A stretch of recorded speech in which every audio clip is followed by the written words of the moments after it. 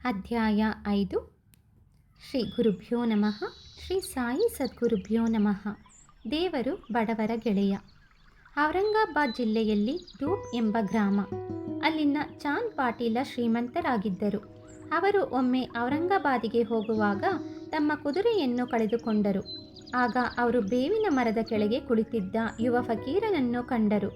ಚಾಂದ್ ಪಾಟೀಲರು ಕುದುರೆಯ ಬಗ್ಗೆ ಹೇಳಿದಾಗ ಆ ತೇಜಸ್ವಿ ಬಾಲಕನು ಅದು ಹತ್ತಿರದ ಹಳ್ಳದ ಬಳಿ ಇದೆ ಎಂದು ಹೇಳಿದನು. ಕುದುರೆ ದೊರೆತಾಗ ಪಾಟೀಲರಿಗೆ ಸಂತಸವಾಯಿತು. ಅವರು ಮತ್ತೊಂದು ವಿಸ್ಮಯವನ್ನು ನೋಡಿದರು. ಫಕೀರನು ತನ್ನ ಸಟಕಾವನ್ನು ನೆಲಕ್ಕೆ ಹೊಡೆದಾಗ ಬೆಂಕಿ ಹೊರಟಿತು.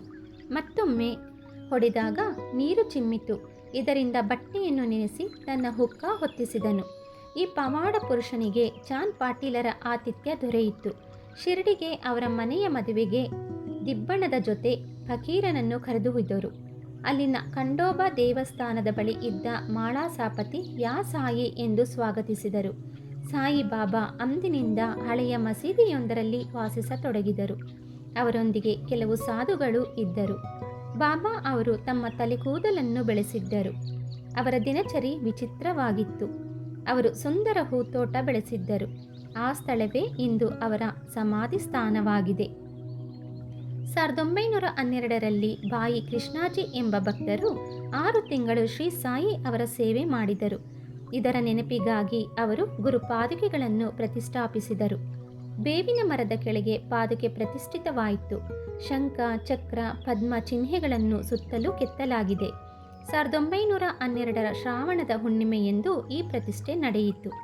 ಪ್ರತಿದಿನ ಪೂಜೆಯು ಏರ್ಪಾಡಾಯಿತು. ಶ್ರೀ ಸಾಯಿಯವರು ಒಂದು ನಿಲುವಂಗಿ ಧರಿಸಿ ತಲೆಗೆ ಬಟ್ಟೆ ಸುತ್ತಿಕೊಳ್ಳುತ್ತಿದ್ದರು. ದೇವರು ಬಡವರ ಗೆಳೆಯ ಎಂದೇ ಅವರು ಹೇಳುತ್ತಿದ್ದರು. ಬಾಬಾ ಅವರೊಂದಿಗೆ ಚಿಲುಮೆ, ಭಿಕ್ಷಾಪಾತ್ರೆ, ಕೋಲು ಸದಾ ಇರುತ್ತಿತ್ತು. ದಕ್ಷಿಣ ದಿಕ್ಕಿಗೆದುರಾಗಿ ಅಗ್ನಿಕುಂಡವನ್ನು ಸದಾ ಪ್ರಜ್ವಲಿಸುತ್ತಿದ್ದರು. ಇಂದಿಗೂ ಅದು ಆರಿಲ್ಲ. ಅವರು ಅಹಂಕಾರ, ಮೋಹಗಳನ್ನರ್ಪಿಸುತ್ತಿದ್ದರು. ಅಂದಿನಿಂದ ಮಸೀದಿ ದ್ವಾರಕಾಮಾಯಿ ಆಯಿತು ಎಂಬಲ್ಲಿಗೆ ಶ್ರೀ ಸಾಯಿ ಸಚ್ಚರಿತೆಯ 5ನೆಯ ಅಧ್ಯಾಯವು ಮುಗಿಯಿತು.